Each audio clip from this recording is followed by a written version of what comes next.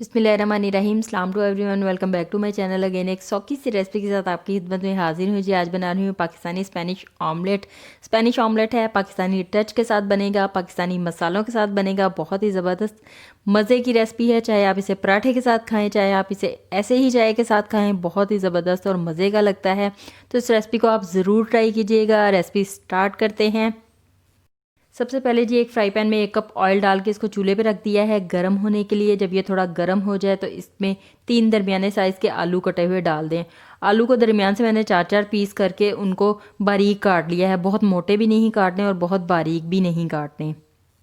यहाँ पे इसको थोड़ा सा कर लें मिक्स गर्म ऑयल के अंदर। इनको 2 से 3 मिनट के लिए थोड़ा सा फ्राई कर लें। चम्मच चला चला के आलूओं को 2 से 3 मिनट ही पकाना है। इसके अंदर बहुत ज़्यादा नहीं पकाना, क्योंकि अभी हम इसके अंदर डालेंगे बाकी की चीज़ें। एक दरमियाने साइज़ का प्याज कटा हुआ स्लाइसिस में काटा था, लंबा लंबा काटा था, वो इसके अंदर डाल दिया है। सब्ज़ मिर्चें 2 से 3 वो कटी हुई इसके अंदर डाल दी हैं। अब इसको अच्छी तरह से मिक्स कर लें और इसको इतना फ्राई कर लें कि आलू हमारे गल जाएँ। 2 से 3 मिनट मज़ीद लगेंगे और आलू इसमें हमारे गल जाएंगे। क्योंकि ये बहुत ज़्यादा मोटे नहीं कटे हुए, इसलिए जल्दी गल जाएंगे।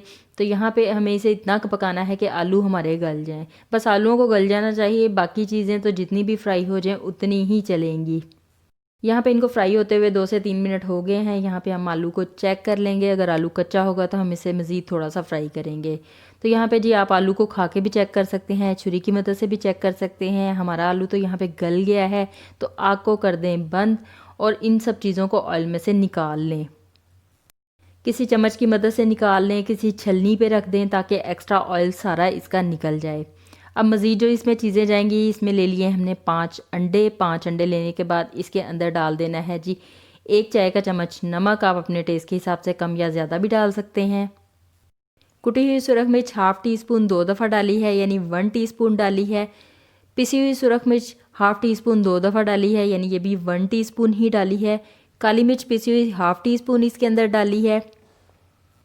स्पाइसेस आप अपनी मर्ज़ी से कम या ज़्यादा भी डाल सकते हैं, अपने टेस्ट के हिसाब से डाल सकते हैं। 2 खाने के चम्मच इसके अंदर दूध डाला है। स्पाइसेस हमारे सारे इसके अंदर चले गए हैं। इसको बहुत अच्छी तरह से मिक्स कर दें, यकजान कर दें। अंडों को थोड़ा सा फेंट लें। अच्छे से इन सब चीज़ों को मैंने मिक्स कर लिया है, अंडों को और स्पाइसेस को यकजान कर लिया है। अब इसके अंदर हम फ्राई किए हुए आलू, प्याज और सब्ज़ मिर्चें डालेंगे। उन सबको फ्राई करने के बाद मैंने निकाल के छलनी पे रख दिया था। एक्स्ट्रा ऑयल इनका सारा निकल चुका है। इसको भी अंडों के अंदर शामिल कर दें, लेकिन इसको विस्क के साथ मिक्स नहीं करना, चम्मच के साथ मिक्स करना है, वरना आलू गले हुए हैं सारे के सारे टूट जाएंगे, अच्छा नहीं बनेगा। अब एक फ्राई पैन ले लें और उसमें 1 खाने का चम्मच कुकिंग ऑयल डाल लें, मक्खन डाल लें, घी डाल लें, जो भी आप डालना चाहते हैं। 1 खाने का चम्मच डाल के अच्छी तरह से फ्राई पैन के अंदर फैला दें। हल्का सा गर्म हो चुका है। यहाँ पे अब सारा मिक्सचर इसके अंदर डाल दें। ऑमलेट का सारा मिक्सचर इसके अंदर मैंने डाल दिया है। अब यहाँ पे इसको ऊपर से कवर कर दें और इसे 10 मिनट के लिए हल्की आग के ऊपर पकने दें। 10 मिनट के लिए हल्की आग के ऊपर इसको पकने दें। ये नीचे से अच्छी तरह से पक जाएगा। इसको कवर करके ही पकाना है, हल्की आग पे ही पकाना है, तेज़ आग नहीं करनी। यहाँ पे 10 मिनट हो चुके हैं। अगर देखें तो ये काफ़ी हद तक पका पका लग रहा है, लेकिन ऊपर से कच्चा लग रहा है। अब हमें इसे दूसरी साइड से भी पकाना है। उसके लिए मैंने एक बड़ी प्लेट ले लें या बड़ा कोई भी ढक्कन ले लें और उसको इसके ऊपर रखें और फ्राई पैन को उल्टा कर दें। ऑमलेट हमारा प्लेट पे निकल आया है। अब फ्राई पैन को दोबारा से चूल्हे पे रख दें। आग हल्की ही रखनी है और इस ऑमलेट को दोबारा से फ्राई पैन में रख दें ताकि इसकी नीचे वाली साइड भी अच्छे से पक जाए। अब इसको दोबारा से कवर कर दें और 5 मिनट के लिए इस साइड से भी पका लें। यहाँ पे 5 मिनट हो गए हैं। ऑमलेट हमारा पक गया है, तैयार हो गया है। बहुत ही ज़बरदस्त और मज़े का बना है। इसको फ्राई पैन में से निकाल लें और डिश आउट कर लें। जितना मज़े का ये देखने में लग रहा है, उससे ज़्यादा मज़े का ये खाने में है। तो इस रेसिपी को ज़रूर ट्राई कीजिएगा। यहाँ पे जी अगर इसकी कटिंग करके दिखाऊं तो जितना मज़े का ये देखने में लग रहा है, उससे भी ज़्यादा मज़े का ये खाने में है। अंदर से उससे भी ज़्यादा मज़े का है। तो इस रेसिपी को आप ज़रूर ट्राई कीजिएगा। रेसिपी पसंद आए तो इसे ज़रूर ट्राई करें। वीडियो को अपने दोस्तों के साथ, अपनी फैमिली के साथ शेयर कर दें। आप नहीं बना रहे, कोई और बना लेगा, किसी और को बहुत अच्छी सी रेसिपी मिल जाएगी।